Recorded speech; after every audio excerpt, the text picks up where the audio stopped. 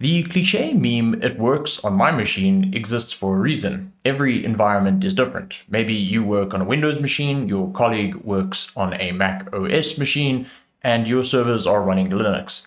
But what if there was a way not to just ship code to environments, but ship entire environments across different machines? Well, that's the exact problem containers and one of my favorite tools, Docker, aims to solve. Hi folks, I'm Trent. I've been a professional data engineer for 6 years, and in this video I wanted to share why containerization is awesome and how to leverage this awesomeness with Docker. I like to keep things practical, so I'll walk you through the basics of containers and Docker using a simple example, and then I'll show you how to use Docker to spin up an Apache Spark container, use Devcontainers to work with this more fluidly, and use Docker Compose to create a multi-container system. But first, let's talk about requirements. To follow along in the practical section, I will assume that you have a machine with Docker installed on it. This can be Windows, Linux, or macOS. I'll leave a link to where you can get Docker. The installation is pretty easy. Nice to have is some knowledge of Apache Spark, but it's not strictly necessary. Just note that this isn't a Spark tutorial that deserves its own video. Rather, I'm using Spark as a real-world example of how containers and Docker can be useful. As always, I will leave links to all of the resources in the description, including repos and documentation. Now, I am going to go through some theory, but I promise it's not bad. This will just be a couple of slides. I want to take you through what a container is and why they are useful. I'll frame this in a discussion of containers versus virtual machines because they both share the fact that they virtualize parts of a computer, but the degree to which they do that is different. First, what do I mean by virtualize? In this context, it means to abstract one level up. Virtual machines are a good example. You interact with this machine like you would any other computer, but the hardware is abstracted away. So perhaps you've worked with a virtual machine before, like you've spun one up in maybe AWS or GCP or Azure or something like that, and you interact with it like any other machine or any other computer, but it is using or sharing hardware with many other virtual machines. So what's contained in it is its own operating system, its own kernel, and then the apps and services that you may be using on that machine. Now, containers virtualize as well or abstract as well, but at a different level. They share the same kernel and operating system as well as hardware, right? But what's being abstracted is the apps and services that you run. So containers and Docker, which manages these containers, can be interacted with like individual machine. Now, Docker can virtualize other components like networks as well, but this gives the high-level idea. Basically, virtual machines virtualize hardware, whereas containers virtualize software, right? They're virtualizing these apps and services used, but they share a kernel and an operating system as well. So what this all means is that containers are lightweight and are intended to contain a service or application with a specific purpose, whereas a virtual machine is heavier and serve a more general purpose, like hosting a set of services or applications. So you could technically run containers on virtual machines themselves, right? So they're just intended for slightly different purposes. I mean, they can be used interchangeably and they're often discussed in the same context, but they do serve different purposes in practice. Now, as I alluded to, Docker is just a tool which helps create, manage, and deploy containers. So it is one of multiple tools that you can use to manage and deploy different containers. There are other services or other frameworks like Podman out there that do the same thing. And this just happens to be one of the more popular options. To discuss some concepts in Docker, I will be using the analogy of preparing some food. We've probably all done this, right? So this will be familiar. And this just helps conceptualize things for the practical component of the tutorial and will help us understand what we're doing at each step when we get to the practical part. The first concept is that of a Docker file. Now, the analogy to that is having a recipe. So much like you would have a recipe to prepare some meal or something like that, you would need a Docker file which gives you the instructions to put together a container. Next, once we have our recipe, we need to go and collect some ingredients, right, to put our meal together or put our food together. Similarly, in the Docker context, you would have an image. Now, an image is just a bunch of compressed files, usually tarball files and some config files together to put together your container. And then lastly, you end up with the food, right? So you've got your recipe and ingredients, you put those together, and you can put together a nice meal. Much like in Docker, you have your Docker file, you go ahead and get your ingredients, which are your image, these compressed files, and you can put together a container. So really, a Docker file is just an instruction set to help you get the ingredients and produce the environment or the container. Now, there are some other concepts where my analogy breaks down, so I can't really relate it to preparing food, but we'll get to those. The important part is, or one of the other parts of this analogy, is that just like transporting a recipe is easier than actually transporting the food you make, like let's say you share your recipes with some folks in a different country or something like that, it is easy to transport the recipe, but it is not so easy to transport the finished product. Now, a computer is better than following instructions than I am at following recipes, so the image and container are guaranteed to produce the same environment over and over again. While I followed recipes, I'm not guaranteed to get the exact same food, right, or the exact same taste. Okay, enough of the theory side of things. Let's actually get practical. To start things off, I've jumped into my editor, so I'm using VS Code. I'm going to pop up a terminal over here. So I use a Windows machine, so I'm using PowerShell. Let's just expand this to make this clear.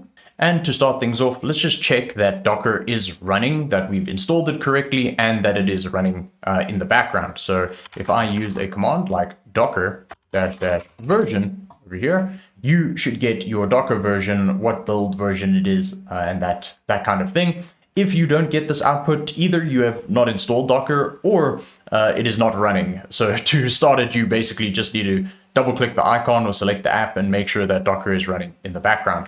Equally, if Docker is running, you might also have Docker Desktop installed. So I know on my Windows machine or on the Windows version, you get Docker Desktop. I'm not too sure if you get that on Linux or on macOS, but Docker Desktop is basically a user interface for Docker, which makes things convenient. You can see your containers, images, volumes. We'll get to those, and your different builds over here. And some pretty handy tools along with it. I do enjoy using Docker Desktop, but typically I run things from the command line. I will use this on and off. So if you don't have it, it's not a train smash, but yeah, it's a pretty handy tool to have.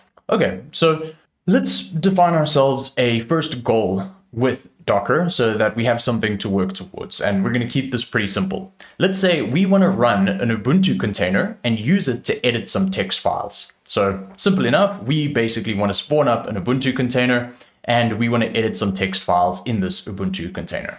Now, with that goal in mind, you may be asking, well, how do we get these image file things and where do they come from, etc.? Well, that's where Docker Hub comes in. So I'll leave a link to this in the description. But Docker Hub is basically like, in our analogy, it's kind of like the grocery store, right? Where we can go and buy our ingredients. Well, Docker Hub, most of the things are free, so we're not buying anything, but you get the idea. It's where we can go and collect our groceries. So on Docker Hub, you can search for the different images that are available. And typically, like a ton of apps are on Docker Hub or been Dockerized already. You can find the image files and the images for these different containers all on Docker Hub. So you can kind of think of your favorite app and go ahead and search for it. So in our case, we want to find Ubuntu, right? And that brings up the Ubuntu image over here. And this is hosted or published by Docker Official Images or endorsed by the Docker Official Images, which is good. So reasonably safe, I guess. And if we click on it, we can see that we get different versions of this image, who maintains it. And if we keep scrolling down, it will give you some basic docs on the image itself and how to use it. Great, so this is where we can collect our image from. So jumping back to our editor, to get a hold of one of these images from Docker Hub, all you need to do is a Docker pull. So this is going to go and grab all those compressed files and put the image on your local machine and type in the image you're looking for. So in our case, it's Ubuntu. Now notice if I jump back to Docker Hub, there are a ton of different versions we can use. Now, if you want to get specific, you can specify the version that you're looking for. In our case, I'm just going to default to the latest image available. So let's go ahead and run this guy. All right, and so this has pulled from Docker Hub and grabbed our image that we need to actually run our container. All right, so now that we've got the image, we can run docker run and then specify the image that we want to run. We now have that. So in our case, it's Ubuntu latest. And then we need to specify what command we want to run to enter the container. So the very first command that we want, I just want to bring up the bash terminal, basically. So I want to run the born again shell in Ubuntu. Now I've forgotten some arguments, apologies. So if I jump back here, what I need to specify is IT. And to explain that, the I stands for interactive. So I want to interactively interface with this container. And T is via terminal, or TTY. I think TTY stands for like teleprompter or something like that, which there's like this whole historical reason why it's called a teleprompter. But anyway, you can think of this as just running it in interactive mode. So if I go ahead and run this docker run command, we can see our terminal has changed, right? So we are now a user called root at this server name or this container name over here. And if I use the typical kind of bash commands to look at this, like ls to list everything in my current directory, we have the typical Ubuntu machine setup, right? All the different default directories. So we've just spawned our first container. Basically, on my Windows machine, I am running an Ubuntu container.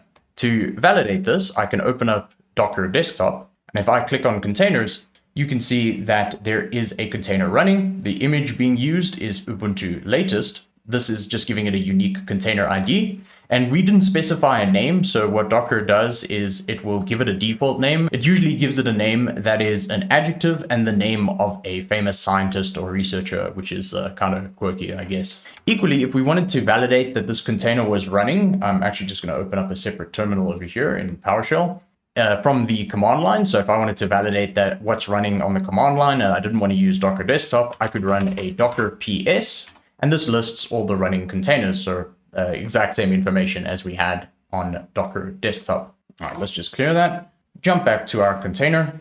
And in our container, we said that our goal is to create and edit some text files. Okay, so where I want to create those is actually in home. So home, and there should be a folder or directory called Ubuntu in there. That's kind of the default user. If I jump in here and then list, this is empty, right? So there's nothing in here. So let's go ahead and create a file by using the touch command. Let's call it mytext.txt. Great stuff. So let's list again. There we go. We've got our single file, our text file over here. Now we actually want to edit the text in this text file. So I like to use the editor vim when I don't have, anything else available to me. And so I'll use the command vi mytext.txt. Oh man. Okay. So we don't even have vim installed, right? So this is a pretty bare bones environment. Like, this container doesn't even have a text editor. I don't think it has nano either. So nano my text, yeah, nothing. So no text editor. Now, worse yet, what happens if I exit my container? So let's exit and shut down the container just to validate that that's not running anymore. If I bring up Docker Desktop, this should go away. Yeah, so this isn't running anymore. To validate that, if I do like a Docker PS, you can see nothing is running. So we've shut down our container. Let's just bring it up again. With the exact same command that we were using. And let me clear the terminal. And let's cd back into home, Ubuntu, and let's ls again. And oh man, it's empty, right? So we've lost our text file. So kind of bad, we don't have a text editor, and worse yet, when we shut down and restarted our container or created a new container instance, we lost our text files. So things are not looking good thus far. Now, this brings me to the use case of building a custom image. So we used a default image. We just used the Ubuntu latest image. What I want to do is actually create a custom image and then create something called a volume to save the data in our image so we don't lose our text files every time we spin up the container. Okay, so let's go through that. First, I'm going to exit this guy, shut down our container again, clear that, and let's give ourselves some screen space. We're going to need it. Okay, so in my project over here that I've called Docker for Data Engineers, this is just a folder on my local machine. I'm going to create a new file, and I'm going to call this Docker file.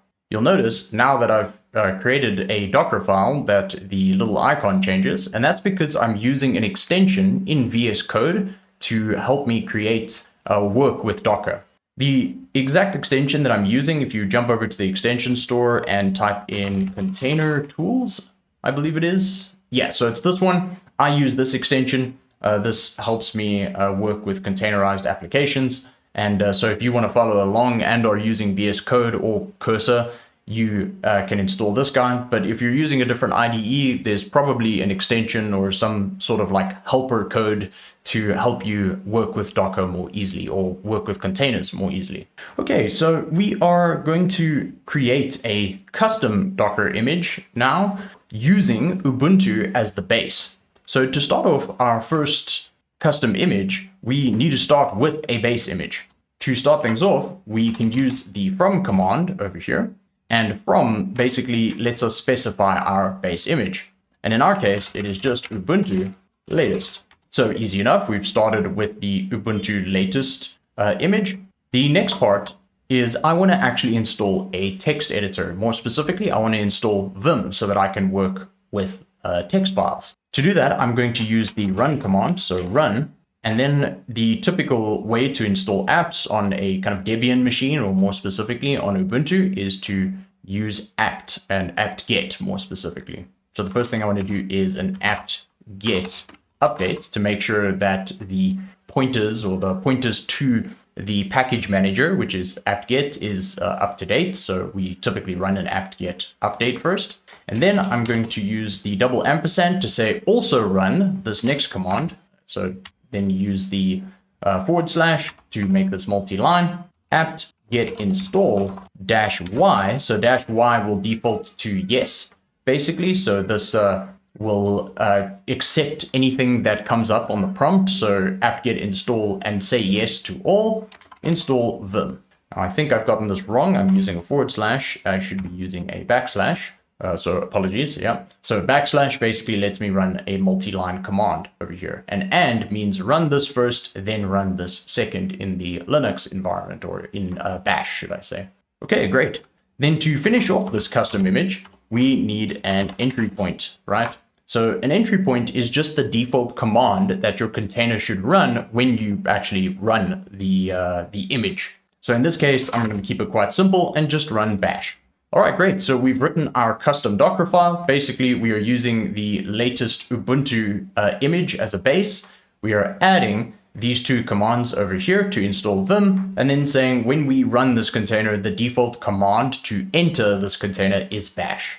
All right, great. So now that we have a custom Docker file, we actually need to build this image, right? So pull the base image, which we've already done, but then also run this command and store that result as part of the image that we're creating, along with the custom entry point that we've specified. So to do that, we can run a docker build command to build our custom image. We then need to specify a path to our Docker file, and this is quite simple in this case. It's just the current directory. Then we need to say -t or specify -t to tag it or name our image. And I'm going to call it something like MeUbuntu, right? So instead of Ubuntu, it is MeUbuntu, my custom Ubuntu image. And this will be my latest version of MeUbuntu. I think we're good. So let's go ahead and run that. All right, things seem to be working. All right, our image has finished building. So we now have a new image available to us. And if we want to see that, I can open up Docker Desktop over here and go to my images and then search for MeUbuntu over here. Okay, cool. There we go. So there's our custom image. We have it available to us. It gives us the size when it was created and its tag, which is latest. All right, jumping back to the editor, we now actually want to run our container. So let's do a docker run -it for interactive and then specify MeUbuntu latest over here. Now, I don't need to specify a command to run because I have made my entry point the exact command that I want, which is bash, right? We could do that. We could add a bash command at the end, but it is unnecessary. So let's go ahead and run this guy. Myself some space here. And we are back in our container. So there we go, typical Ubuntu setup. If I cd to home, Ubuntu again, create our text file, my text.txt. And now I create it, so it's been created. There it is. If I use the command vi, my text.txt, there we go. We have our Vim editor. So I can now insert some text into it, like hello world over here, then escape and right quit. ls again, there's my text file, and I can use the cat command, which is just concatenate in bash, or it prints out whatever is in the file that you specify. So let's cat my text. And there we go, my text is saved. But now the problem is if I go ahead and exit, spawn up my container again, cd into home, Ubuntu, and ls, you can see that my file is missing. So I've lost my text file. So what we actually need is a volume to save our data in our container. So let me just exit again, clear this. So this is another important concept in Docker and in containers in general, is a volume. What a volume is just a location on your local machine or a section of memory on your local machine that you can store data from your container into, so that when you spawn it over and over again, it will just load up that volume along with your container, or that memory with your container, and store whatever you were doing in your container. So keep state, basically. So currently our container is stateless. We lose everything every time we shut down the container. But if we want to save some information, we need to use a volume. Now, this is pretty straightforward to specify. Basically, what I need to do is run a docker run -it, but now add another command line argument of -v for volume. Then I need to name my volume. So I'm just going to call this my text document volume.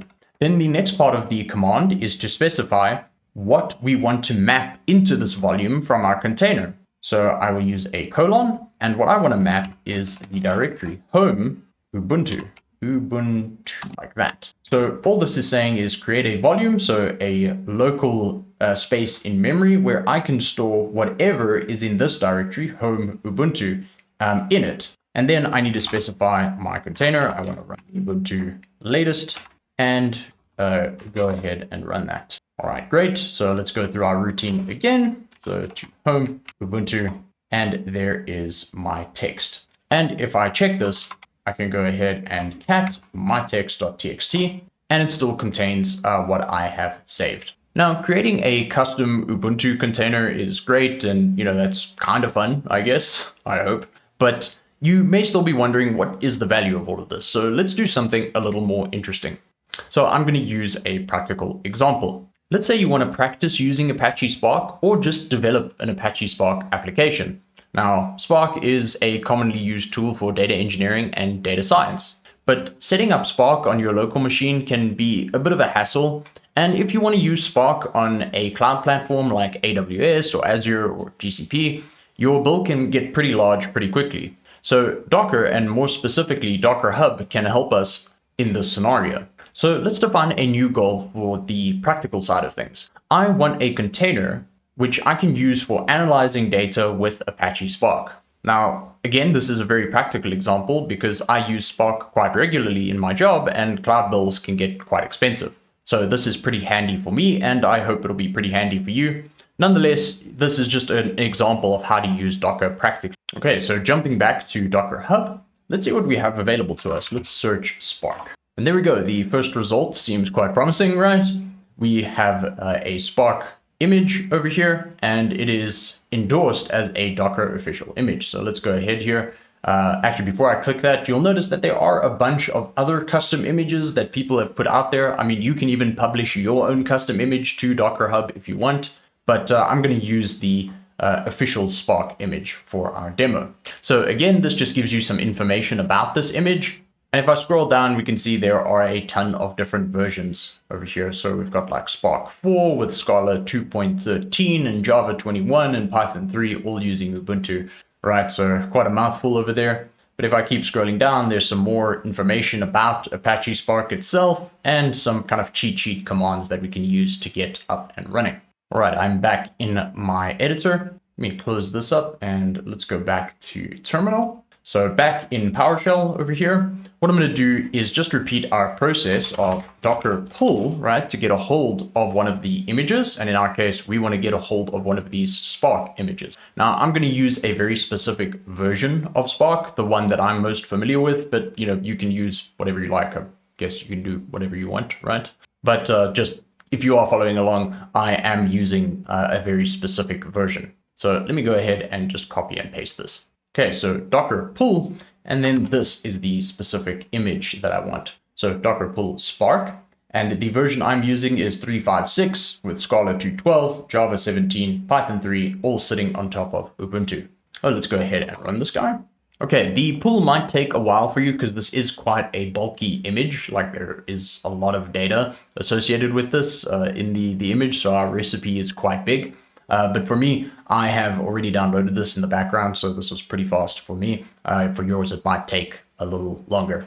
All right, so we've pulled our image. Now we actually want to run it. So let's go ahead and do a docker run -it for interactive. Let's specify our image again, so Spark 356. And I want to run bash again as my default command. All right, and we're in. So there we go. We've got a Spark container running on our machine. So just to validate that, if I bring up Docker desktop, let's go back to containers and let's say only show running containers. And we've got, sorry, the name got me, competent beaver. Sorry, small things amuse me. But we've got our image running over here and it's got its unique ID, etc. Cool. And here we are in the terminal. So let me just clear this. And it seems like we are in this location opt spark workdir over here. And it seems we are a user called Spark. All right, great. So let's see if we can actually run like the PySpark terminal or something like that in this container. So if I jump back to Docker Hub, I think they've got the command over here. Yeah, so this is just the location of PySpark or the PySpark binary in opt spark bin PySpark. I'm actually going to copy this guy. And let's just paste it in here in our container. Let's run that. Okay, good things are happening. Okay, so first thing to note is that it's using Python 3.10.12 over here. Cool. And it looks like, yeah, Spark is running. Nice. So in a few seconds, we got a Spark container running on our machine and we got PySpark working. So let's just go ahead and test this out. So if we do something like a spark.sql, let's go ahead and say like select hello world, just like that, and do a .show so it prints out nicely. All right, nice. Yeah, looks like PySpark is working. Now, again, this is great and all, like, you know, if you just want to use the PySpark shell or the kind of Spark shell and stuff like that, I mean, you know, this is great. But what if we wanted to write like our own custom code or custom Spark application that we could run in this container? So let's do that next. Right over here, let's quit and exit and clear again. Okay, so back on my local machine, let us define a little Spark application. So let's call it like simple app.py. All right, great. And I'm just gonna like steal some example code from the Spark website. I don't want anything too fancy. I just want a demo running a Spark application. Alrighty, this is just a simple Spark application. Just importing a Spark session up here. The only part that I customized from the example code is just this directory. So basically it's reading a README file and reading that data into an object called log data over here. So spark.read.text logfile.cache over here. And all it's doing is counting up the number of A's and B's in the file that we've read. So this README file. So I actually need this. I don't have a README file right now. We'll define one in a second. But basically all this is doing is reading the numbers of A's and B's in that file and then printing it out. So lines with A equals this number and lines with B equals this number over here. And then it's stopping the Spark session and printing out some dashes. So a pretty straightforward application, but we actually want to run this in our container. Before I do any of that, I need a README file to actually ingest. So let's go ahead and define a readme.md for markdown. And let's just put some random text in here. All right, I just put some text in this guy, and this is a simple test README file because I need one, nothing to see here. That works for our purposes. Feel free to customize this as however you want, or put a bunch of A's and B's in there, I guess. Okay, so the question becomes, how do we actually run this app in our fancy new container? So what we're going to do is actually define a custom image to run this application in. So I'm going to jump back to our Docker file and basically delete everything we had over here. So none of the Ubuntu code.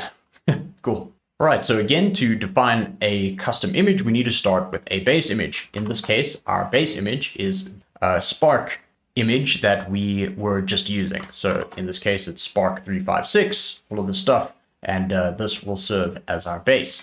The next thing I want to do is actually define a directory in our container that we'll use as our project directory. So I've got this directory on my local machine called Docker for Data Engineers. I want a similar directory in the container. So to do that, I'm going to leverage run again, and I want to run a make dir command or make directory.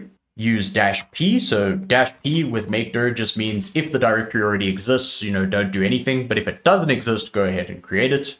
And I want to create the directory. I think the path was like opt spark workdir. And then I want something called Docker for Data Engineers. Engineers like that. Cool.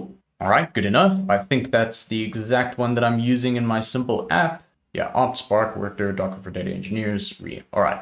Cool. So we've defined our custom directory now in the container. What we need to do is actually move our files from our local machine into our container. To do that, I'm going to use a command called copy. And this does what it sounds like. It basically copies across files from your local machine into a container. So all I need to do is specify simple app.py, then space. And I also want my readme.md also copied. So these are the two copies, and where do I want them copied? I need to now specify the location. So in this case, I want it in this location. So paste that. Cool. So copy this and this into this location. Let me just make sure. Why is this giving me this when using copy with one destination must be a directory? Okay, cool. So I forgot a slash. Cool. All right. So we have got our base image. We create a directory, and then we are copying two files into this directory that we just defined. The last thing we need to specify is an entry point or a command. And the command that I'm going to use is, let's go with cmd executable. And I'm just going to use bash again. All right, great. So this is our custom image now. And we have copied some files into our new directory. And we are going to enter the container using bash or the bash command. Okay, let me bring this up a little higher. Let's go through the same loop as we did before. So what we need to do is a docker build, specify the location of our Docker file, and then -t to name this. And let's call this like, I don't know, Spark Dev Container or something like that. Spark Dev Container. Or actually, let's make it more simple, like my Spark, right? And this will be the latest version. All right, let's go ahead and build that. All right, the build was successful. Clear that. And let's do a Docker run -it and specify it was, sorry, now I've forgotten, my Spark, right? Docker run it my Spark latest. All right, and we're in. So we're in the work directory. Let's list. There is one folder in there called Docker for Data Engineers, the folder that we defined. So let's cd into that and list again. And there we go. Our two files are here, the README and the simple app.py. Now let's go ahead and actually run our code. So to run an application like this, we are going to use Spark submit. Now we need to specify the full path, which is opt spark bin spark submit, and then specify our app with that simple app.py. Okay, I think I've got that right. Let's go ahead and run that. All right, cool. Looks like it's running. Now Spark is very verbose by default, so you're going to get a whole bunch of info messages printed out to you. Nothing to worry about. But there we go. Our lines or our line counts are being printed out from our simple app. So lines with A, there are 2. Lines with B, there is 1. Let's actually just validate that. Yeah, so 2 lines, this line and this line have an A in them, and a line with a B as well because, okay, cool. So yep, things seem to be working. Our app is working. Great, we defined our own custom Spark container and ran a Spark application in that container. Great stuff. So we've got our container working, and we ran our custom Spark application in our container from our machine. No cloud provider needed. Things are working fine. But let me just actually exit this before I continue. Great. But you may be thinking, that's cool and everything, but now, when I edit this, like, let's say I want to change this to, I don't know, lines with C in it or something, like, let's change our application. What do we have to do to kind of run this updated version of our application? Well, we have to go through the whole cycle again, right? We have to build it, right? Because we've changed this code, and this code is part of our image. So we have to rebuild our image and then re-log in and rerun the container. And this is, a pretty typical flow, or, one of the flows you can use, but it's not very smooth, right? Like, I have to make edits, And if something breaks, I have to come back, edit it, rebuild, rerun, and retry things in that loop over and over again. And that's not super convenient. So let's define another sub goal, right? I want to be able to interactively edit my code in VS Code or in my IDE and simply run it. And the answer to this, or the answer to our prayers, is going to be something called Devcontainers. Now, Devcontainers is kind of like a mini app or mini application we can use to do what I just described, right? We're going to use it to develop in our container interactively. So opposed to me just kind of working with the code, rebuilding my container, rerunning my container to see if things work, I actually just want to hop into my container from my editor of choice, in this case, VS Code, and edit my code, run it, and see if things work, shut it down, come back to it later. So let's define our dev container. To do that, what we are going to define is a new directory. So I'm back in local, right? So this is my local machine. I'm not logged into the container. The container is not running, just to kind of verify that. Docker ps, nothing is running. So back in my local machine, I'm going to create a new folder, and this folder will be called .devcontainer. All right, and in this .devcontainer folder, I will specify a file called devcontainer.json. Now, this contains our configuration for the dev container that we want to run. So let's define our kind of top level brackets or top level configuration. First thing we need to specify in the dev container is a name. So we need to give this guy a name. We'll call this Spark Dev Container. Then we need to specify the image we want to use. In our case, we are using a custom image, our Docker file image over here. So I'm just going to specify that. So Docker file, I believe it is, like that. And the location of this Docker file is one directory up. So notice we are in this dev container file. It is in a directory called .devcontainer. So we need to jump one directory up. So .docker file, just like that. So there's our custom image that we want to use. Then just to be specific, I'm going to add a remote user. So this is the user we want to kind of log into our container as. We've got a user available to us called Spark. Then I need to specify a workspace folder in the container. So when you use VS Code or any IDE on your local machine, right, you typically create a folder and then open up that folder in the IDE. So similarly, in our container, we need to specify a folder that's the default location for VS Code to open up in. Cool, so this is workspace folder.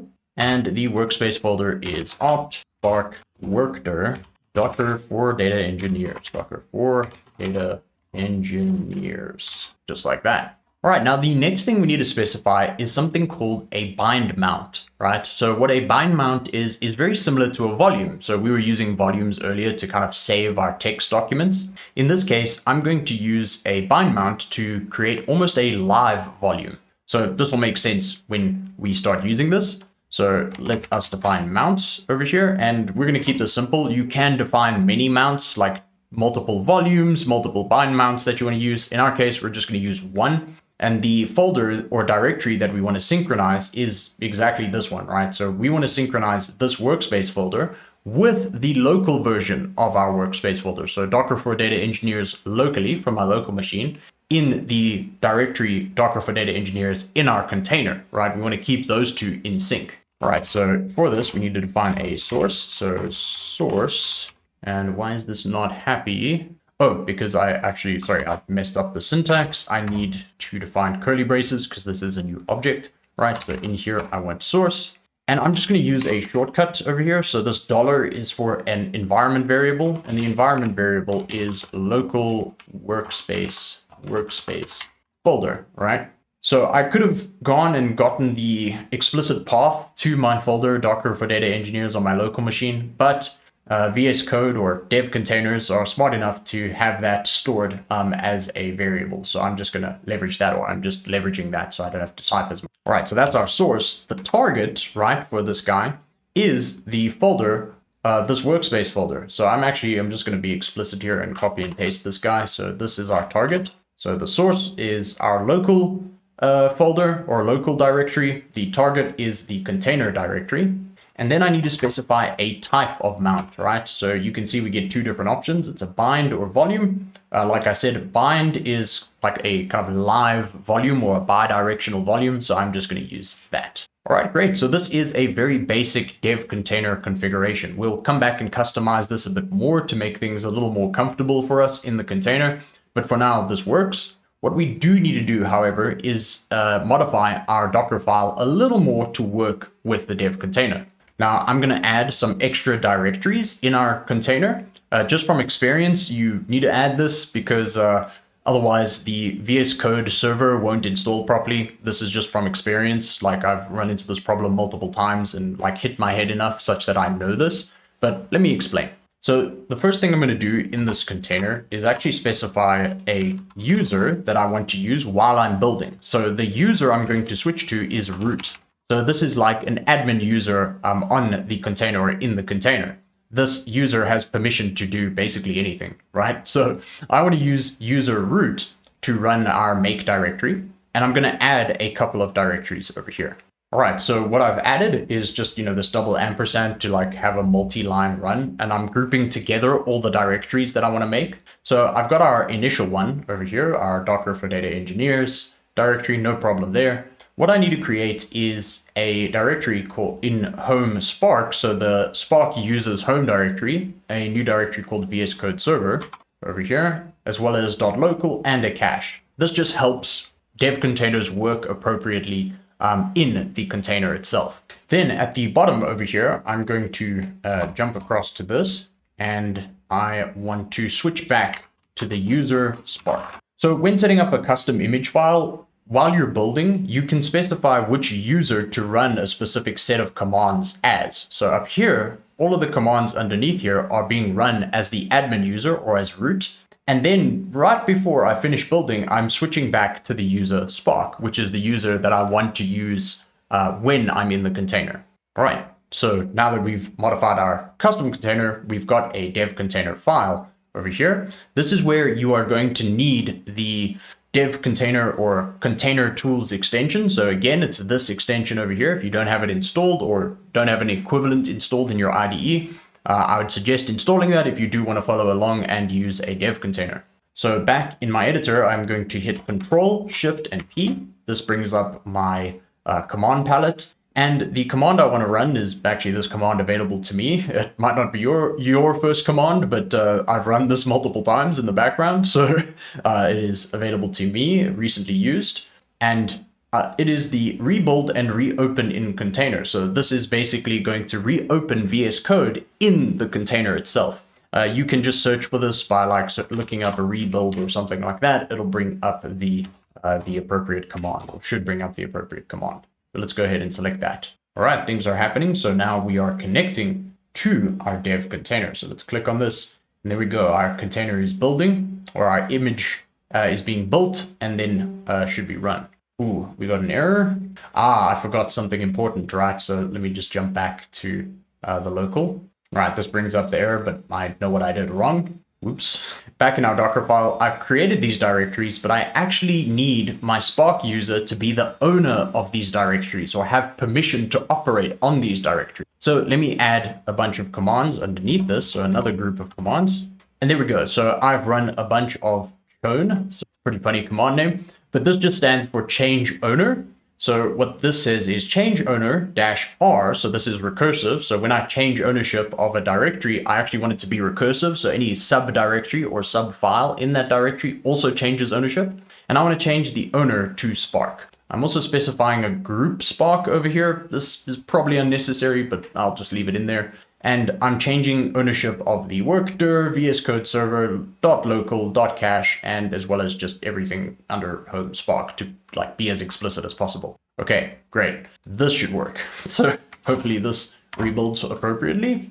All right, connecting to the dev container again. All right, and it looks like our container has been built and we are in the container from our IDE, or our IDE is kind of logged into the container. So just to prove that, let's open up a new terminal. And there we go. The default terminal is SH. I actually don't want it. So, there's a difference between SH and bash. So bash is born again shell. SH is just the kind of default shell. I actually don't want that. Let's open up a new terminal over here in bash.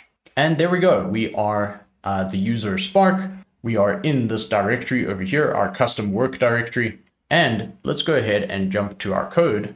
And okay, I'm getting the, do you want to install Python? We'll actually, or do you want to install the Python extension? We'll actually touch on that in a few. So I'm going to ignore this for now and get rid of this shell. And opening up our simple app over here, you can see that it has got our modified code, right? So our C kind of count lines of C. Let's actually make it like D or something like that, just to prove the point. So we're going to count lines with D in it.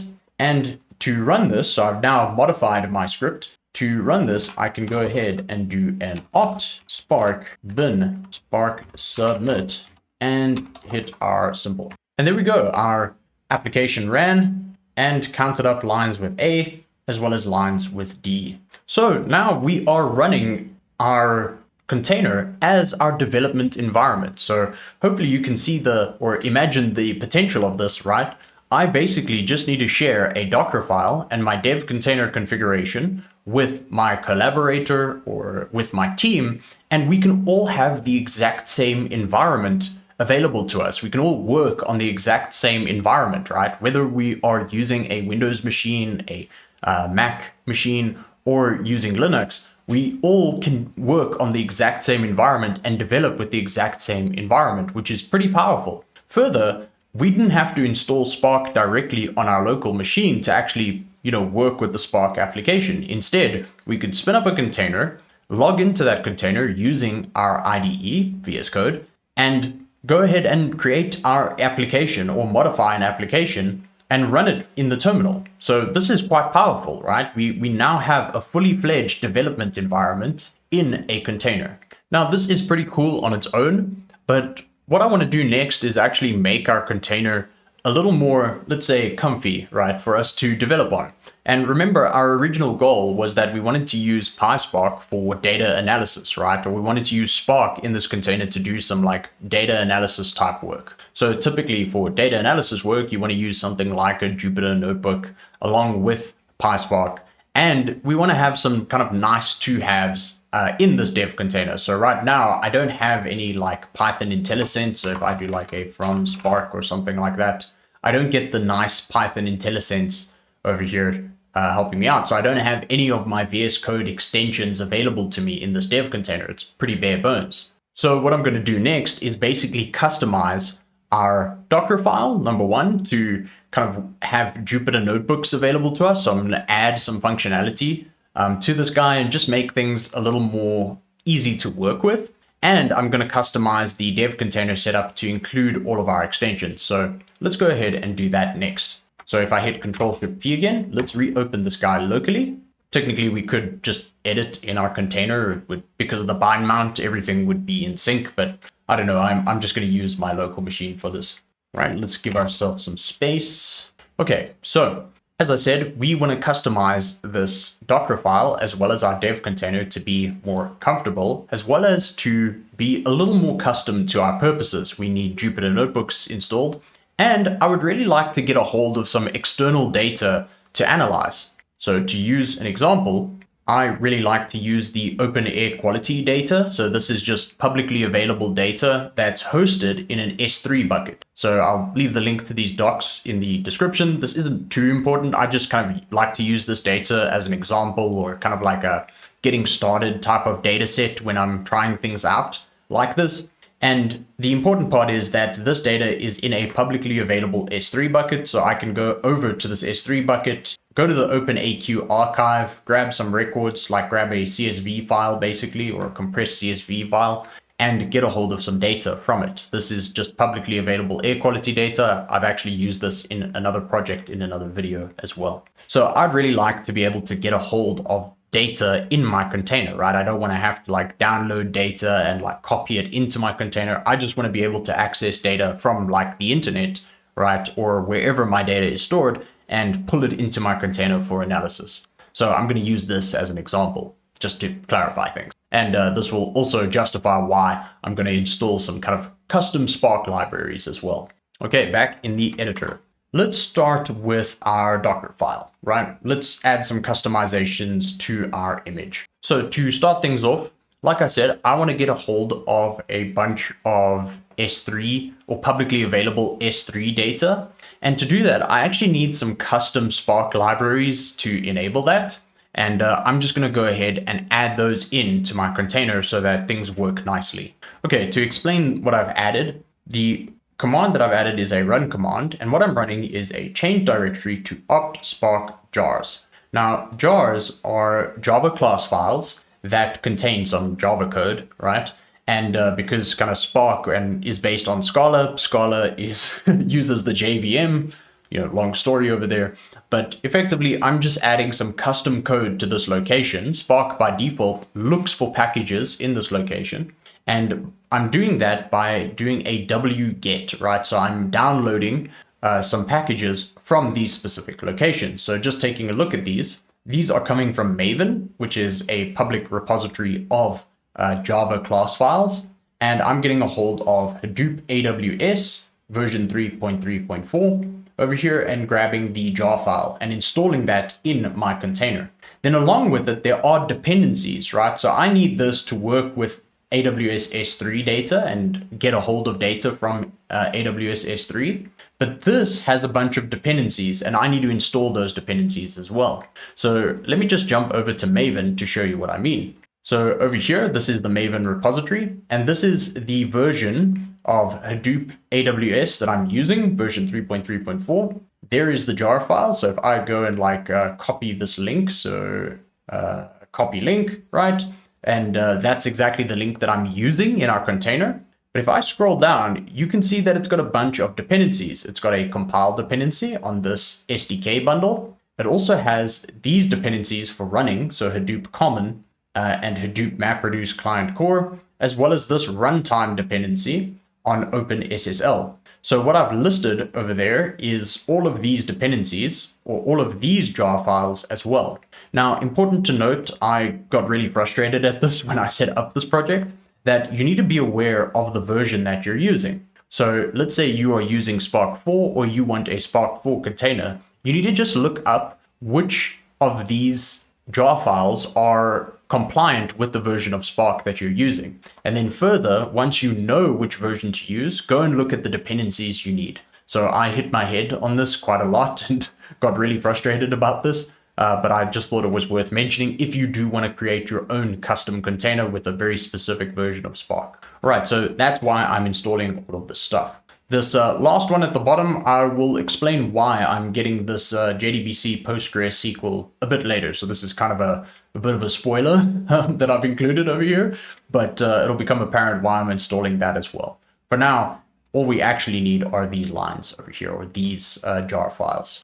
Okay, great. So we've got custom packages that we need to interact with AWS on Spark, the AWS S3 bucket, getting a hold of that open air quality data or just getting data off of an S3 bucket. The next thing I want to do is actually create my own custom Python virtual environment in this container. Now to do that, the very first thing I need, let's do this as user root, is I need to be able to create a virtual environment in the first place. Now on Linux, you actually need to install a separate package to create virtual environments. This is probably a little weird if you're familiar with kind of like using Python on Windows or Mac OS, but basically we need our virtual environment package manager as a separate install. So that's what I'm going to do. So I need to do an apt-get, and let's do the update first to make sure we've got the most up-to-date package repository. And I want to do, let's go with an apt-get install. And in this case, I need to install Python 3.10. So that's the version of Python that is running in this container. And I want the virtual environment manager. Okay, and I need to specify -y to default to yes. Cool. So this will go ahead and install this package for me. Now let's scroll lower down on our image file. And as user Spark, what I want to do, so now if I specify some lines underneath this user, I'm going to run those lines as that user. What I want to do is run a Python 3-m venv to create a virtual environment. And I want to create my custom virtual environment at opt spark work dir.venv. So I'm just creating a virtual environment, a new Python 3 virtual environment in this location, and I'm calling it .venv. All right, then the next command I want to run is the activation command. So when I jump into my container, I want this environment to already be activated for me. I want to use this Python environment. Let's go with /opt spark workdir.venv bin activate here. So this creates the virtual environment, and then this line activates that virtual environment. All right, great. Now, something else I would really like is if my virtual environment had a bunch of Python packages that I like to use, right? Specifically for data analysis. And I'd like to have that already available to me as soon as I open up my container. I don't want to have to go and install them when I'm at my container or using my container, because if I shut down my container, then open it up again, I need to reinstall those packages from scratch. Now, we could use a volume to kind of save our installed packages, but I prefer to basically fuse those package gets into my image. So to do that, I'm going to go ahead and define a new file over here in our working directory, and I'm going to call that requirements.txt. And if you're familiar with Python, this is a pretty, this is not unfamiliar territory, should I say. So I'm just going to add in a bunch of Python packages that I like to use or that I want in my container. Okay, cool. So I have defined Jupyter and Jupyter Lab, a bunch of dependencies that I need for Jupyter to work. Then I'm using pandas, NumPy, Matplotlib, Seaborn, Plotly, and Black, like the typical kind of like data stack. Well, maybe not Black, that's just for code formatting, but you get the idea. And then lastly, I want PySpark. So I need this to be able to interface with Spark on my container. All right, jumping back to our Docker file. What I also need to set, now that I have my own custom Python environment, what I'd really like to do is make Spark a little easier to work with. So let me add some environment variables that I need to make things a bit more convenient for me, and I'll explain them. All right, so I have used this new command over here called env, and this just sets environment variables. This is just a convenient way in a Docker file to set up environment variables. This is a pretty common pattern. You want to change some environment variables in your container, you can use the env command. Of course, I could do a run and use the syntax of setting up an environment variable for that specific operating system. This is just more convenient, basically. So the first one is Spark home. This is just which directory is Spark located in. Then in Python path, I'm adding the Spark directory, right? And pointing to the Python library that I want to use to be able to use the PySpark API.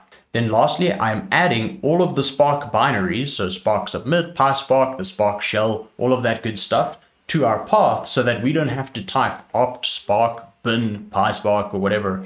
Instead, we just have the command available to us. This is a lot like setting up environment variables on a Windows machine, if you've ever done that before. This is basically the Linux equivalent, right? Cool. What I still need to do is on my requirement side, my custom Python packages that I want is to actually install those into my Docker container or into my Docker image. So apologies, I should have actually done this earlier when we were on the topic. But here we are. Let's go through that. So I've got a requirements file, but what I need is to actually install the requirements in this file. So first things first, I'm going to copy that file into my container and then use that to install all of my requirements. So right before I switch to being the user Spark, while I'm still the root user, I'm going to copy my requirements file. So copy requirements.txt. Actually, this path is wrong. Apologies. So copy requirements.txt into my Docker for Data Engineers working directory over here. Then change ownership. So much like we were doing up here, change the ownership to Spark over here, the Spark user.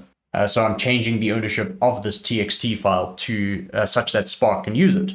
So now when I switch back to my Spark user, I'm going to add another command underneath this. And the command that I want to run is a pip install -r.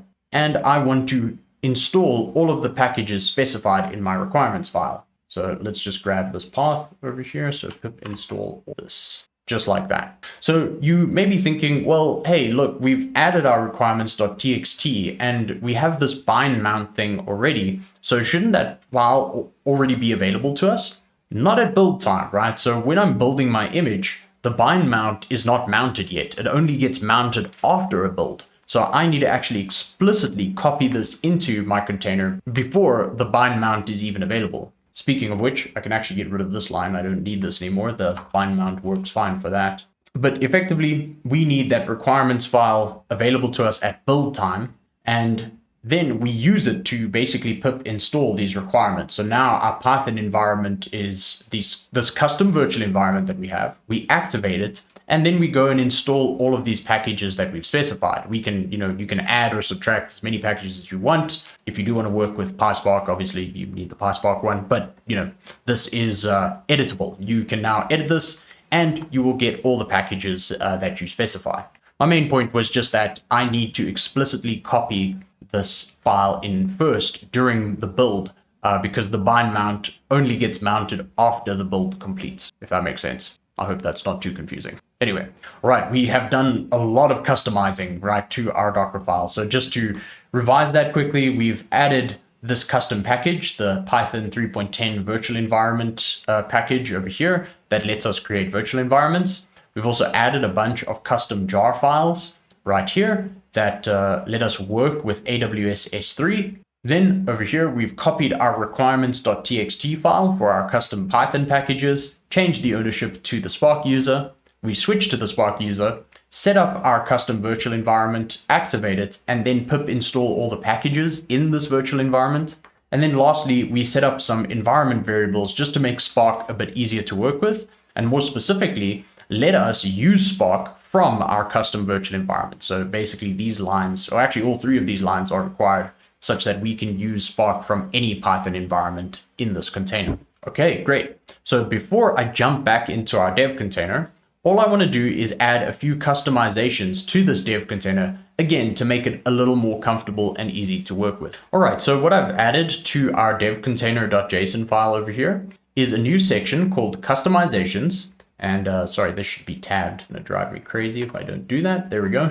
Cool. So I've added a new section called customizations, and I'm specifying this for VS Code. And for VS Code, I'm adding a bunch of extensions. So let me just tab this again because this looks ugly. There we go. So I've added a bunch of extensions, and these extensions are things like the Python extension, right? Python, PyLint, the black formatter, and the Jupyter extension. So a whole bunch of extensions that just make things easier for me to work with in the container, or make Jupyter notebooks, make Python easier to work with. These are the extensions that I use in my local dev setup, right? So this just maps a bunch of extensions into your dev container, so you can use VS Code a bit more fluidly and have the kind of nice to-haves in the dev container. Then I also specify some custom settings. These are kind of typical settings that I would use in VS Code on my local machine, and I'm just specifying them for the dev container as well. So things like my default terminal should be bash, right? Earlier you saw it opened up just the normal shell, which I don't want. So I want this to be bash. My default interpreter should be my virtual environment, my new shiny virtual environment that we created. That is my default Python environment. Also enable linting, etc. This files exclude one over here is just to ignore or not show these types of files, the PyCache, PYC, and checkpoints. These just kind of make things look a bit uglier in your file directory, but this is not strictly necessary. This is just my personal preference. Okay, so we have added some custom extensions as well as added some custom settings to our dev container. All right, now that we've done that, let's go ahead and rebuild our new and improved dev container. All right, that build took super long, right? So we've customized the hell out of this image, right? So our Docker image that we created is quite bulky now, right? Because we've added a whole bunch of custom jar files. We've added a whole new Python environment. We've added in a bunch of custom Python packages as well. So that does take super long to build the first time.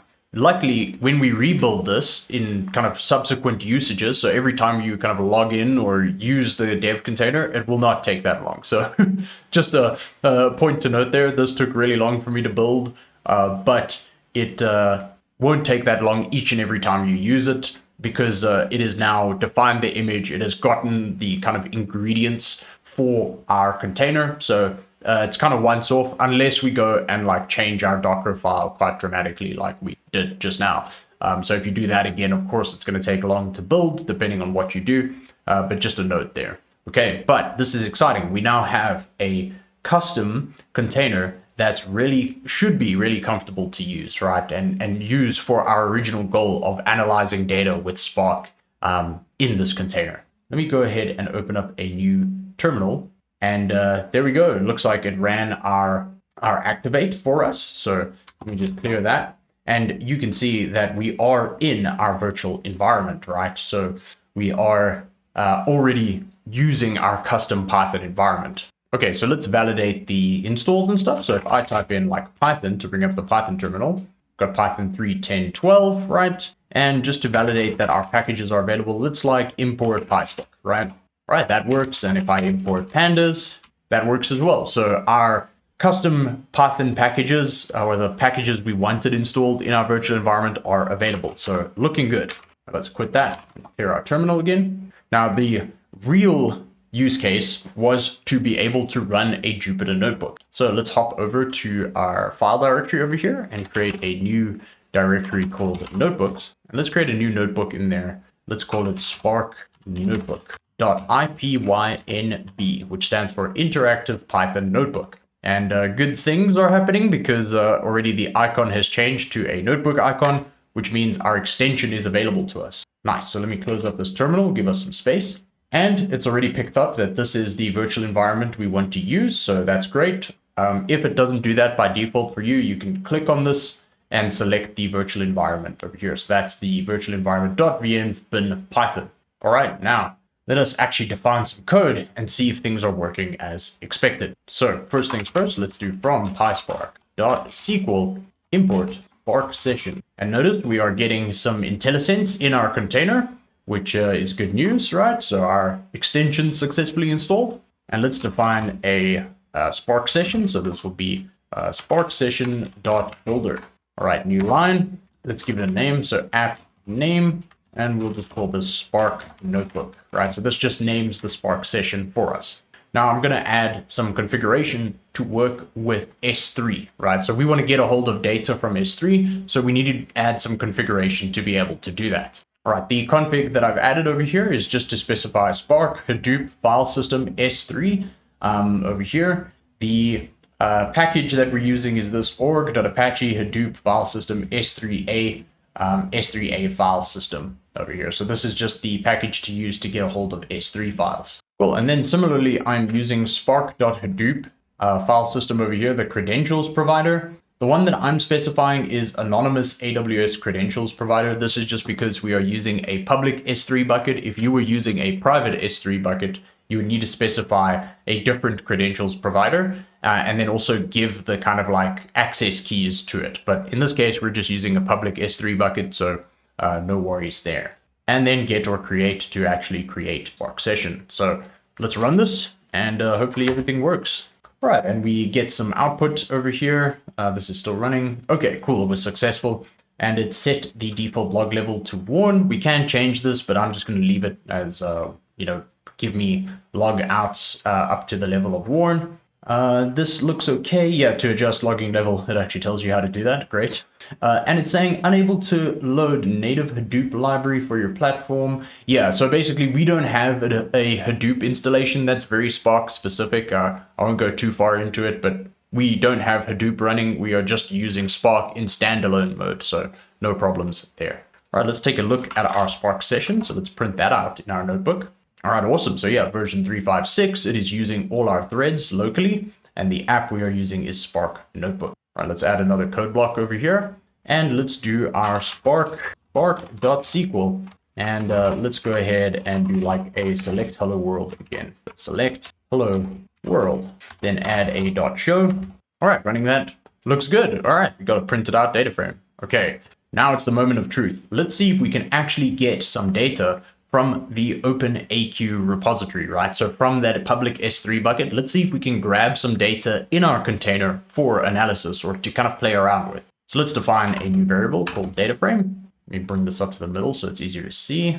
Go dataframe, spark.read. Okay, now let's give this some options. So option Header true. So our CSV file does have a header. So it'll be set to true. Then dot option, let's set infer schema. So infer the data types, infer schema. Let's set that to true as well. So it just sets the data types for us. Okay, and then the big part over here is .csv. So these are CSV files that we are reading. And now we need to give it a path, right? So let's jump to OpenAQ, have this open somewhere.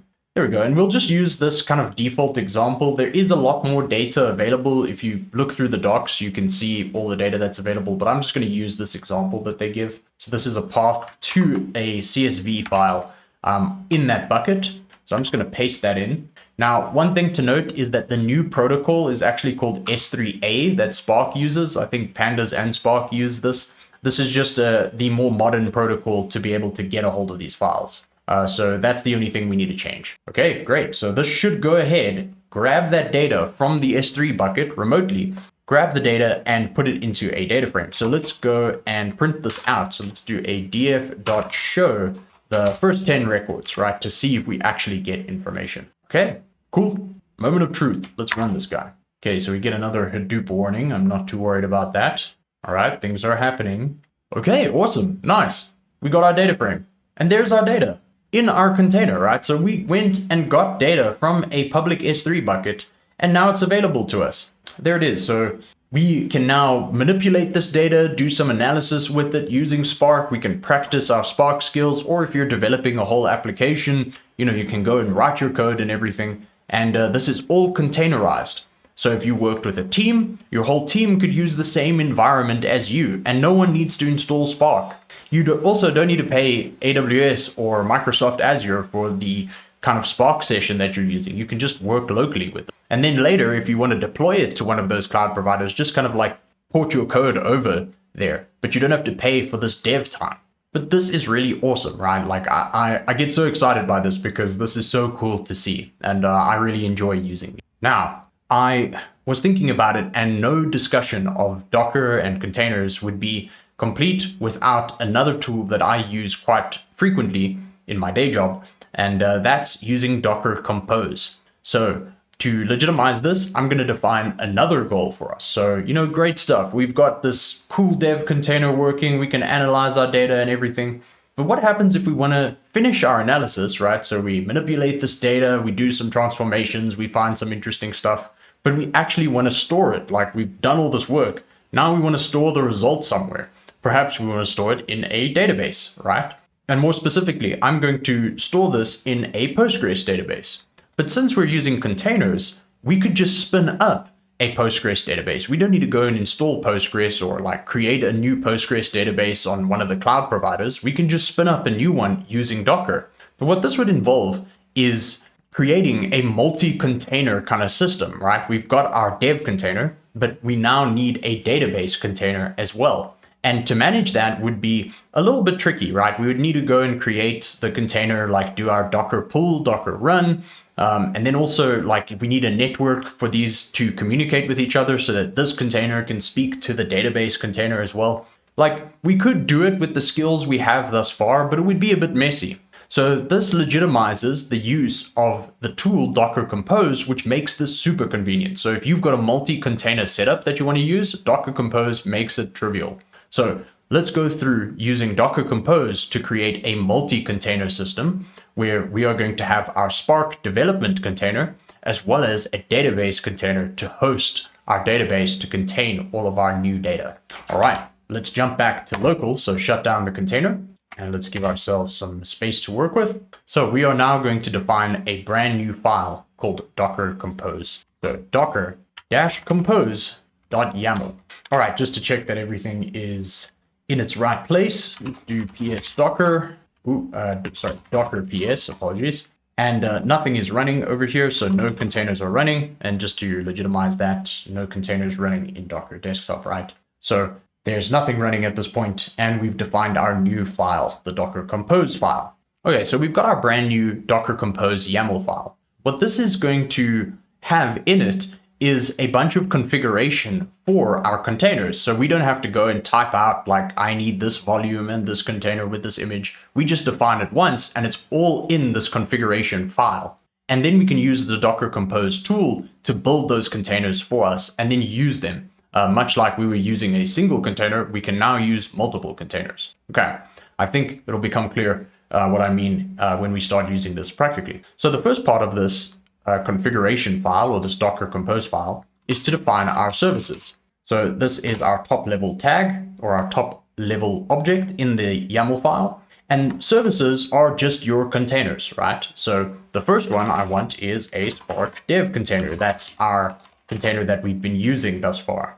The second service that I'm going to define is a database, and I'm just going to call it something like, right? So nothing too creative. You can call it whatever you want, but I'm going to keep the name short. Cool. So let me just add a line break between these two. All right, so under the first service, our Spark dev container, let's specify what we have thus far. So first, I'm going to specify build, right? Because we're using a custom image, we want to point to our custom Docker file over here. So to build is going to be with a Docker file called Dockerfile. And what I need to specify under build, so actually let me make this multi-line.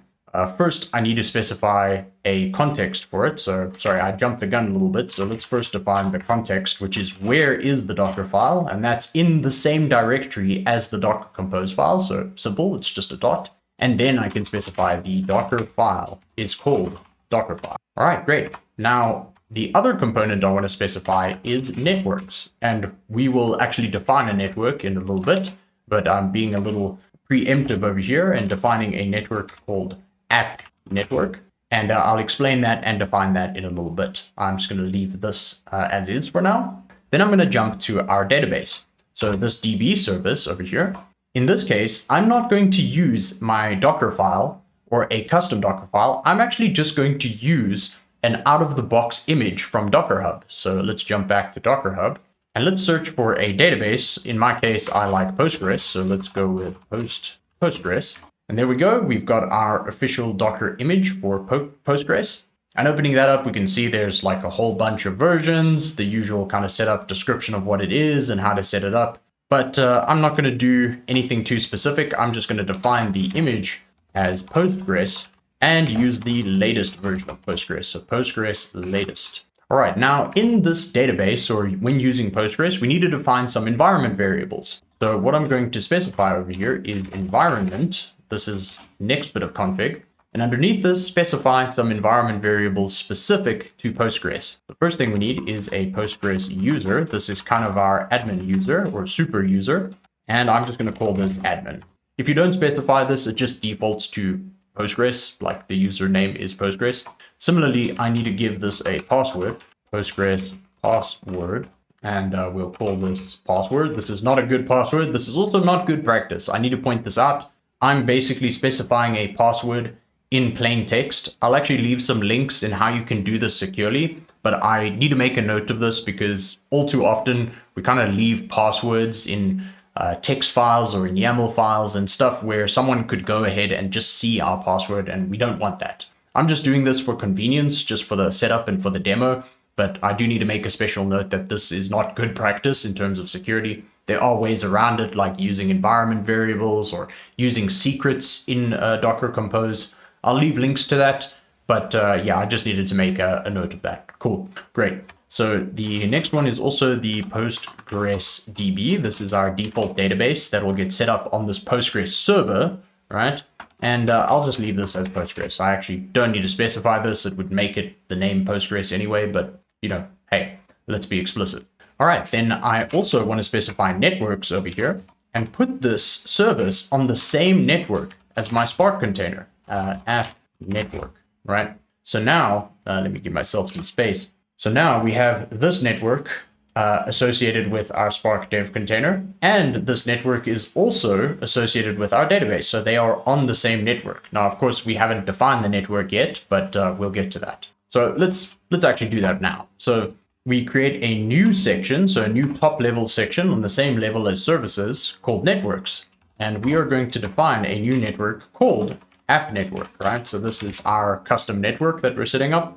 And we need to specify a driver for this network. I'm just going to use the built-in driver that comes with Docker called Bridge. A bridge network is just really a really simple network in the container environment that lets your containers speak to one another. You can use an external network. You can specify that. So like if you wanted to push this to production and you had your own network, you can specify this here. But I'm not going to get too far into that. But just to note that this lets us have a common network that our two containers can exist on so that they can talk to each other. All right, so the next thing to note though is that our database, right, remembering that containers are stateless, our database should, well, hold data, right? It would be really annoying if we shut down our database and then all our data is lost. Like that kind of defeats the point. So what do we need? We need a volume to store our data. So in our Docker Compose file, we can also define volumes, right? This makes it super convenient. I don't need to like type out the volume. I just define it once. It's in my config file or in my Docker Compose file, and that's it. And I'm going to call this volume, let's call this PG Postgres data, right? Or PG database data, something like that. And then I need to map this. So I've specified this colon over here to map it. If I leave it blank, it just will store it in the default volume location. But if you want it in a very specific place, like you want your volume stored in a very specific place on your on memory, you can specify that path here. I'm just going to leave it as default for now. So we've defined our volume and I've explained the kind of mapping part, but what I need to do is actually tie this volume to my database. So under networks, I also want to specify volumes over here, volumes. And the volume I want to use is db or pg db data. And now I need to map this to the location where all the Postgres data is stored. So where all of our database files are actually stored. And this happens to be in the location var lib PostgreSQL. So I got this from the documentation on Docker Hub and just looked up, where does the latest version of Postgres store all of its data. So this is what we want to save if we want to keep our data in this database. All right, I think this looks good now. So I'm going to go ahead and use Docker Compose to set this up. Okay, so before we work with this as like a dev container, like we were doing with just our pure Spark dev container over here, I'm just going to use Docker Compose just to kind of show you how it works before we use it as part of our dev container. Now, one thing I do need to change in my Docker file over here is the command, right? So from experience, this bash command doesn't work nicely with Compose. What you need to use is another command.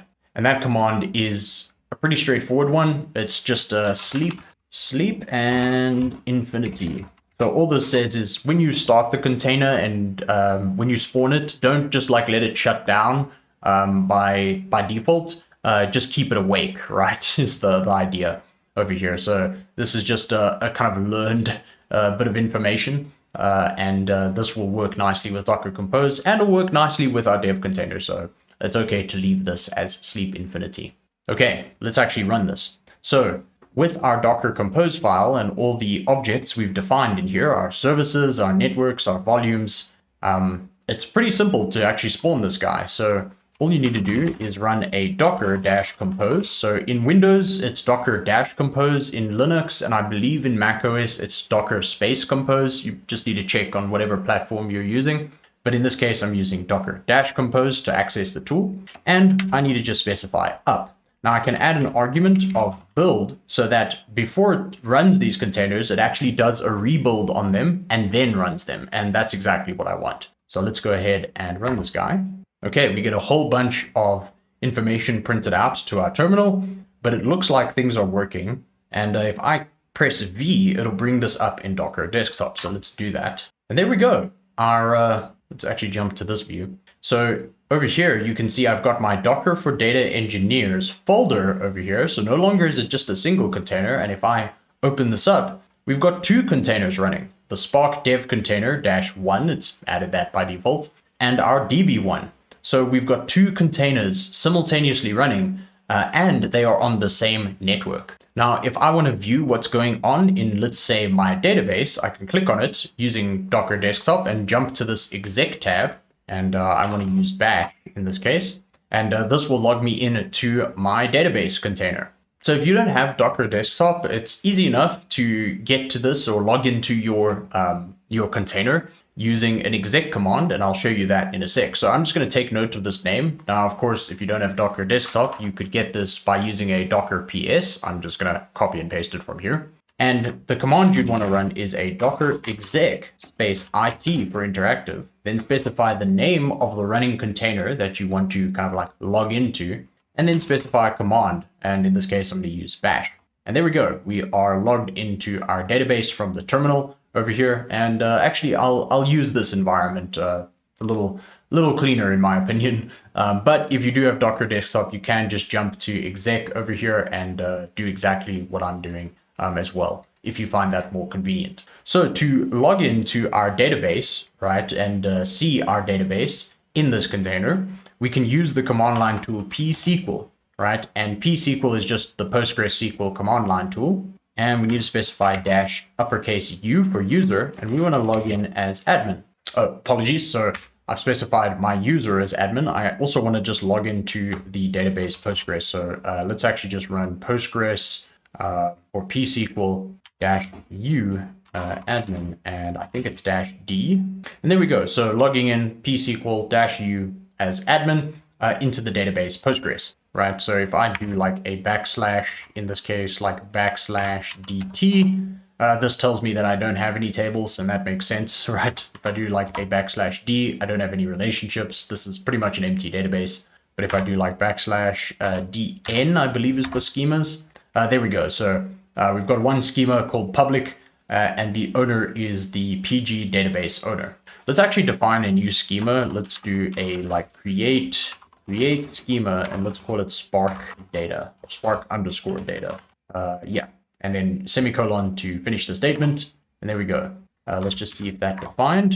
And there we go. So we've got Spark data, and the owner is admin. So we logged in as admin, and we had defined a new schema called Spark data. Of course, there's nothing in that schema at this point, but just defining it for what we will do next. Okay, great. So this is how to like log into our database container. I'm actually just going to quit. I think it's a /q for quit, and exit out of this guy. Yeah, let's just exit. And now I actually want to use this as part of my dev container. So I want to work with my Spark dev container in VS Code as a dev container, and then be able to see my data in the database. So before I do that, let me just shut down this so far. So to shut down your Docker Compose, you just type in Docker Compose down, right? And that shuts down your running containers. All right, let's clear that. And now we need to use Docker Compose along with dev containers such that we can have multiple containers. We're using one in VS Code to do our development work and have this database in the background to store our data. Now to do that is not super hard at all. We just need to change a little bit of the configuration. So all we need to change is no longer are we going to use a Docker file. We are going to use a Docker Compose file, right? And the Docker Compose file is just called docker compose.yaml. And now, because we have multiple containers, we need to specify which container do you want to log into using VS Code. And in our case, the one that we want to log into is this service. So we specify service, and it is the Spark dev container, right? And that's pretty much all we need to change, right? So now what we can do is hit Control-Shift-P, rebuild and reopen our container. This will now log us into our container. So this shouldn't take as long as it did when we initially set it up. This should be pretty fast. All right, and it looks like it started up. There are still some commands in the background. I think this is just getting the extensions ready. That's okay. While that's busy, let me close that for now while that's running in the background. And all I want to add over here is basically a step to take our data frame and save it as a table in our new database. So just checking on Docker Desktop real quick, you can see that our containers are running, in fact. So we've got Spark dev container, which we are currently logged into using VS Code, and our database. Okay, in our notebook, let's define a new code block. I'm not actually going to do much to this data over here.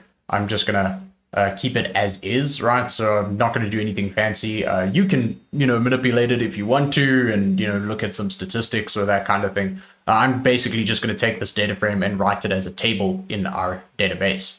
So to do that, I'm going to do a df write over here, .format, and use the format JDBC, and this stands for a Java Database Connector. Now, this reveals why in my Docker file I had this guy.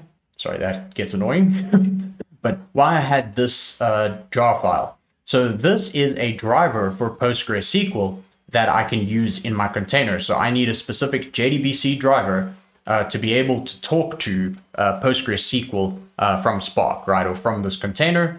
And this is the latest version as of recording. You can look up what the latest version is for you if you're watching this in like the future when there's a new version, and use that instead. Cool, but I already have that available to me, so I can now write to a JDBC type of target, in this case, our Postgres database. Okay, so what I've added over here is just some options, and I'll go through these one by one. The first is the URL, which is our server name or our server URL. In this case, it's for our database, right? And so this is JDBC PostgreSQL.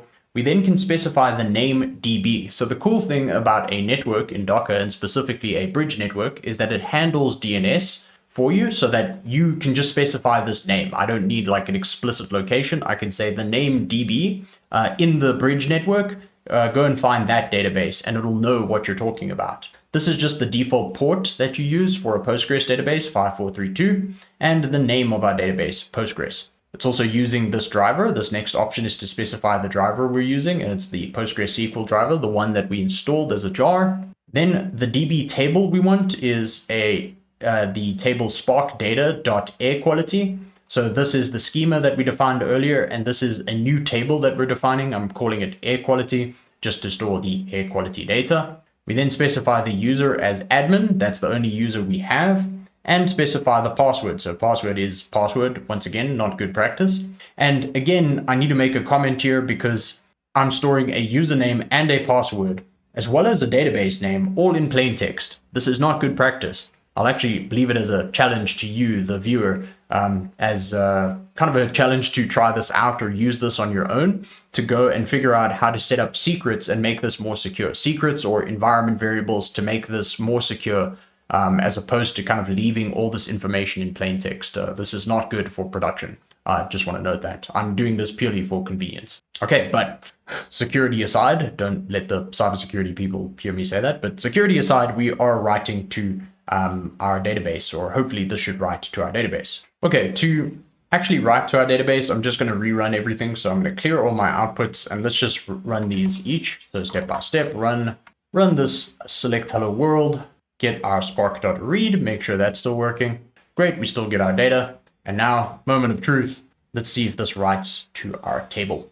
Okay, cool, we got a check mark, so looks promising. Now let's log into our database and see if we actually got our data in a table. So I'm just going to use Docker Desktop for this. You can like use a different terminal, I guess, if you want. Of course, we're in the Devcontainer, so you'd need to use like PowerShell or open up a different terminal instance in VS Code. But in this case, I'm just going to use exec just for convenience. I want to use bash and let's log in psql-u as admin, and I want to go into the database Postgres. All right, we're in. Let us go and do a /dt. Oh no. Okay, so this says it did not find any tables, but I believe this is because it's using the default schema, which is public. So let's actually try like a select star from, it was spark data dot air quality, air quality. And let's just look at the top 10. So limit 10, semicolon to end that. Okay, great. So we got our table saved into our database container from our Spark dev container. We successfully have a multi-container application working. And because we used a volume, this data is safe and stored in that volume. So if we shut this down and restart it, we can come back to our data. It's all stored and set up for us. All right, nice. We achieved all of our goals. We've got a Spark development container, and we now have a location to store our data. We've also now used Docker Compose to set up our multi-container setup, and this makes it super convenient for us to manage our containers, right, and all of our tools in the system that we've created. All right, to round things out, let's reopen this locally, basically shut down the container. So if I reopen this locally, this should shut down both of my containers. Let's go ahead and look at that. Okay, it looks like Compose is still running. There we go. Okay. So closing up our VS Code Devcontainer does shut down our containers automatically. If you wanted to do this like quote unquote manually, I guess, we could jump back to our editor, and in here we would just do like a Docker compose down. But I don't need to do that. It's already shut down by us closing or reopening this locally as opposed to in the container, but just a note. Now to kind of finish this off, these containers that we set up are quite bulky, so they take up a lot of space in memory. Now, if you do have Docker Desktop, this is pretty easy to manage. You can go ahead to our containers. Let's switch off show only running containers, and we can find our Spark containers. It's this guy over here, and we can go ahead and delete these. Something easy that I like to do as well, just to clean up the environment, is from the command line. I can use something like a Docker container prune. And what this will do is it will remove all stocked containers, right? So if I say yes to this, this will go and reclaim a bunch of space that my Docker setup is using. I can do the same for images as well. I can do like Docker image prune as well and delete any hanging images. Okay, so there aren't any hanging images. I have them in use. But basically what I want to show is just like if a lot of memory is being taken up on your machine, you can go ahead and like delete a bunch of unused images. Similarly, you can do the same thing for volumes and clean up the space being used. You can also just do a Docker RM as well. So you can also use like Docker remove or Docker RM to get rid of any unused items. I just say this so that you don't finish this tutorial, or if you are following along and you have a whole bunch of space taken up and you're not sure why, it's probably the Docker images. Like the Spark container in particular is quite big. All right, so we've done quite a lot in this video. We have managed to learn what Docker is, what containers are, use them to set up a simple Ubuntu container. Then we moved on to a practical example where we set up a whole Spark development environment. We use dev containers to make things convenient to work with. And then we even used Docker Compose to set up a multi-container application where we had our Spark container and a database where we could save our analyses to. Now, as a bonus challenge, as mentioned before, what I think you should do next is figure out how to take this code and make it a bit more secure. Like, I don't want my Postgres user and password and database hanging around in plain text. Further, I don't want this in my notebook as well. So as a challenge to you to take this to the next level is figure out how to use environment variables and Docker Compose secrets to make this way more secure. Nonetheless, I hope you enjoyed this video. If you did, please do consider giving it a like and subscribing to the channel for more data engineering and data science content. It really helps me out.